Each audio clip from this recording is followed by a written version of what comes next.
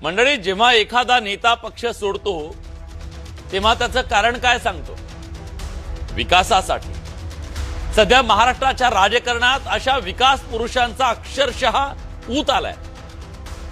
त्यांना विकासानं अक्षरशः झपाटलंय, भूत लागलंय, भूत विकासाचं। त्यांना दिवस रात्र डोक्यात तोच विचार, रात्र डोळ्याला डोळा नाही इतकी विकासाची चिंता सतावतीये।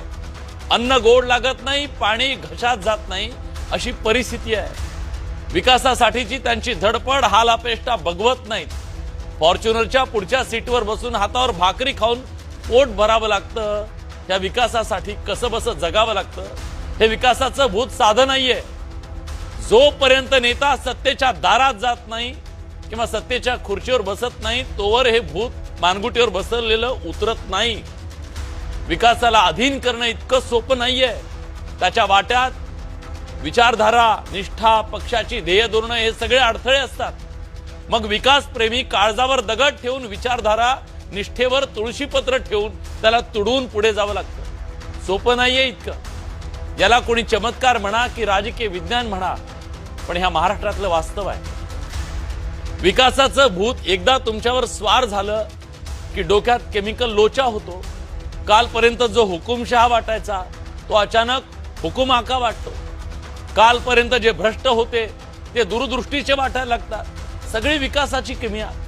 विकासासाठी पक्ष बदलणारे नेते इतके संवेदनशील असतात, एकदम त्यांना जनतेचा विकास फक्त आपण खुर्चीवर बसलो की करता येतो असं वाटतं, आणि खुर्ची गेली की मग विकासाचा कणा मोडून पडतो। आता हेच बघा, शरद पवारांच्या राष्ट्रवादीच्या राखी जाधव कालपर्यंत पक्षाचे तिकीट वाटप करत होत्या, सांगत होत्या विकासासाठी आपल्याला लढायचं, पण एका दिवसात भाजपमध्ये गेल्या।